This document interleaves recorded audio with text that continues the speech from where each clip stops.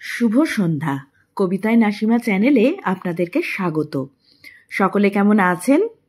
আজকে শোনাবো আমার লেখা একটি কবিতা। কবিতাটির নাম নবজাতকের আত্মকথা। ঠ্যাং ধরে কে টান দিলি রে, লাগলো এমন জোরে, তাই তো কেঁদে ভাসিয়ে দিলাম চিল চিৎকার করে। ওরে বাবা, এ তো দেখি বড্ড বেশি আলো, মন বলছে জল ঘেরা সেই অন্ধকারই ভালো। চেয়ে দেখি গায়ে আমার ময়লা আছে লেগে, গা ঘিন ঘিন করছে বড়, গেলাম ভীষণ রেগে। কোনো ভাষা নেই যে আমার চিল চিৎকার ছাড়া, আবার বাঁশি বাজিয়ে দিলাম পড়ে গেল সারা। পথে এসো, এবার দুজন তাড়াতাড়ি এসে সাফ করতে উদ্যোগী হয় বড্ড হেসে হেসে।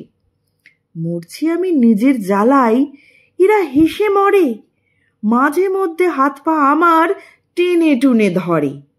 জায়গা নতুন ভাবি এরা কোন ধরনের প্রাণী, এদের নাকি মানুষ বলে, তখন কি আর জানি।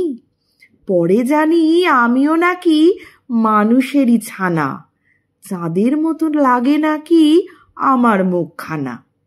এবার দেখি পেটের মধ্যে দৌড়াদৌড়ি শুরু, না বুঝে তাই আবার ভ্যাঁ কুচকে গেল ভুরু। সবাই কেমন বুঝে গেল খিদে আমার পেটে, তাই জন্য বারে বারে পড়ছি নাকি ফেটে। সঙ্গে সঙ্গে নিয়ে গেল এক মানুষের কাছে, তারই দেহে আমার খাবার যত্নে রাখা আছে। সেই মানুষের কোলে ভারী আরাম পেলাম খুঁজে, ভরসাযোগ্য মানুষ তিনি, তক্ষুনি যাই বুঝে। তারই পেটের মধ্যে ছিলাম 10টি মাস ধরে, বুকের মধ্যে জড়িয়ে রাখে ভারী আদর করে। ভরা পেটে আদর পেয়ে চোখ জুড়িয়ে আসে, নিশ্চিন্তে তারই কোলে ঘুমায় ভালোবেসে। ঘুমের মধ্যে চমকে উঠি, ভিজে গেছে কাঁথা, এ আবার কি জ্বালাতন, ভাল লাগে না ছাতা। আবার সেই চিলচিৎকার দিলাম এমন জুড়ে, যত্ন করে অন্য কাঁথায় দিল আবার মুড়ে।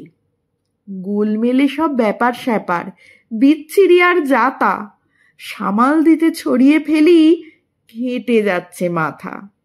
ব্যস্ত ছিলাম অন্ধকারে গুটিসুটি মেরে, কিভাবে আর কে যে আমার শান্তি নিল কেড়ে। দেখি আর কত কিছু রইল দেখা বাকি, এই তো এলাম, কদিন পরে বুঝে যাব নাকি। ধন্যবাদ।